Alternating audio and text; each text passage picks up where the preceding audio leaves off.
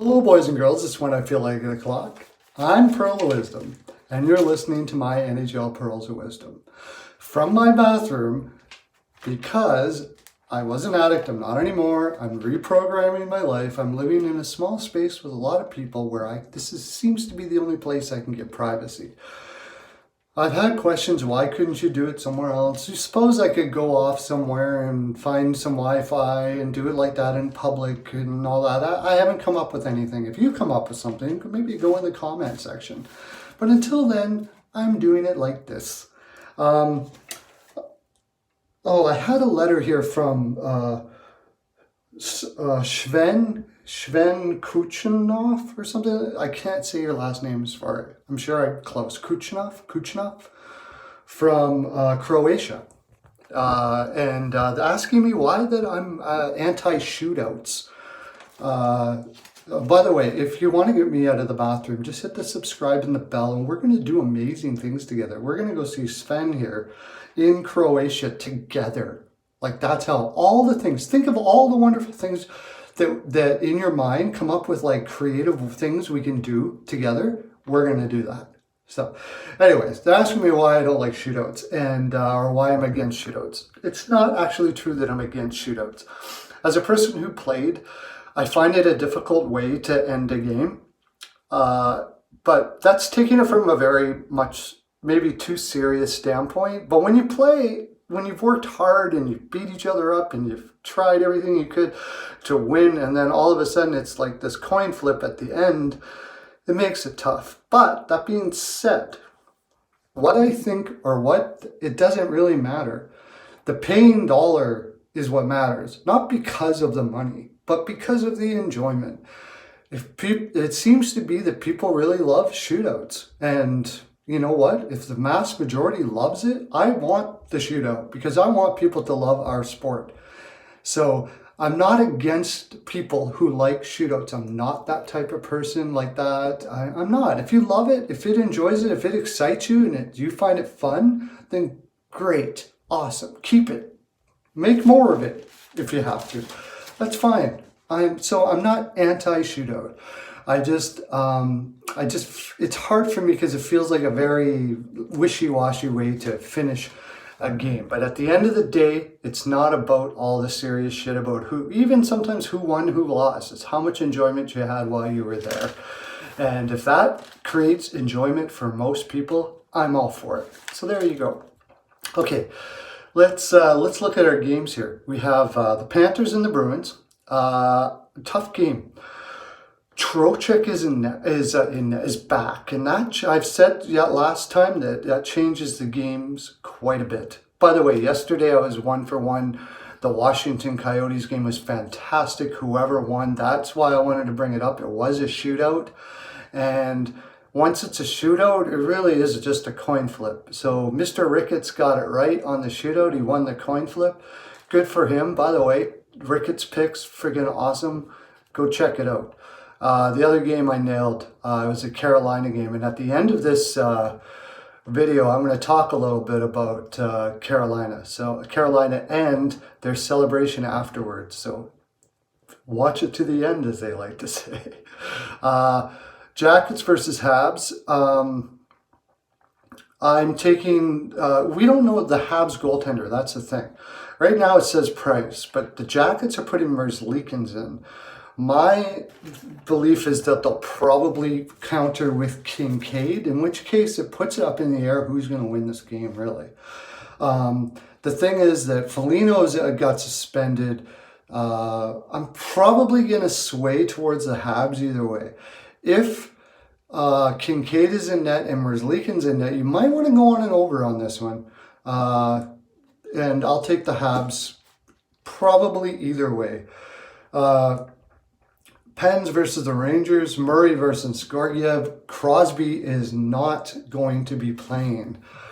That changes everything. I don't know if Letang is still injured. This is a tough game to choose, really. Taking Crosby out of there, my guess is that Sullivan is going to be really telling them to work their freaking balls off for their captain and all that stuff like that. I'm going to take the Pens 3-2. But I wouldn't bet this game. I honestly wouldn't. There's too much emotion involved. Blues versus the Coyotes. Coyotes just had a hell of a win against Washington the night before. They're going to be very tired against a very big, strong, like beat-down team like the Blues. I think the Coyotes will try their ass off because they have been, Tocchet has been getting these guys to try their ass off all year. But Berube, by the way, isn't that fantastic? Berube and Tocchet were like friends, played on teammates, played the same type of game, and now they're both great coaches in the NHL. As long as Allen is not in net, and I doubt he will, it's Binnington probably. I'm taking the Blues 4-2. Avs versus the Jets. This is a tough game because the Avs have Zadorov is out, Rantanen is out, Landeskog is out.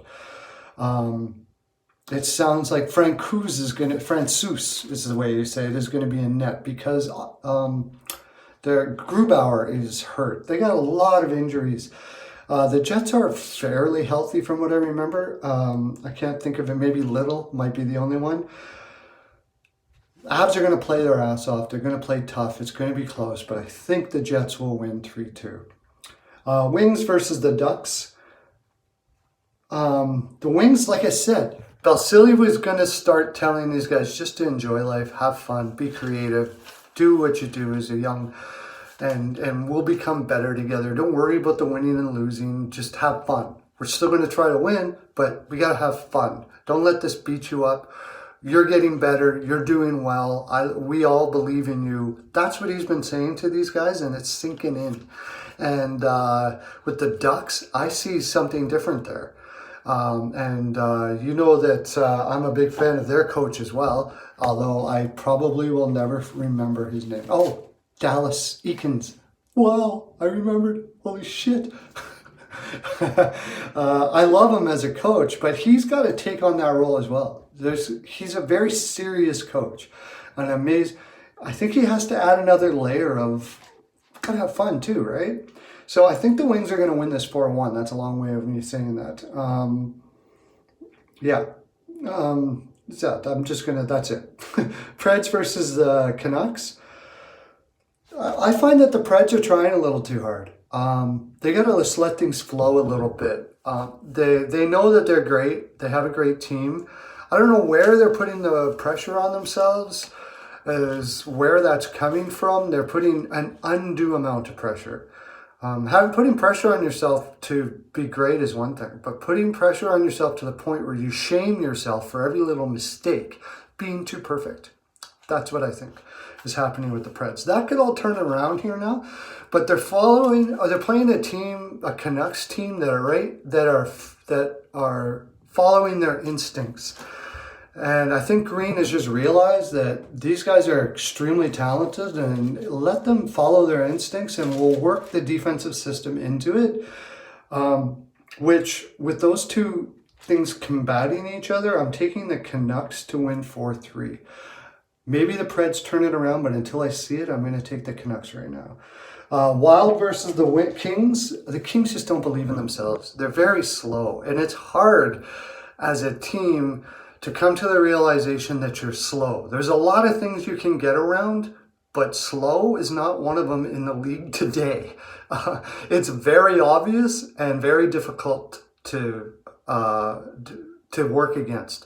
Yes, you move the puck fast and all of that stuff like that. We're somewhere around, you gotta have perfect passes to do that sort of thing all the time. And they simply don't have the talent for that, and it's just not possible to be perfect. As soon as you got to chase a puck, you're in trouble, right?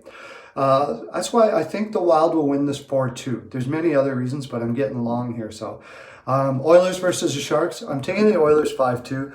I just simply love what Tippett is doing. I just love it. I'm so happy. I'm so thankful that I get to watch it here. I live in Edmonton, and I get to watch his work.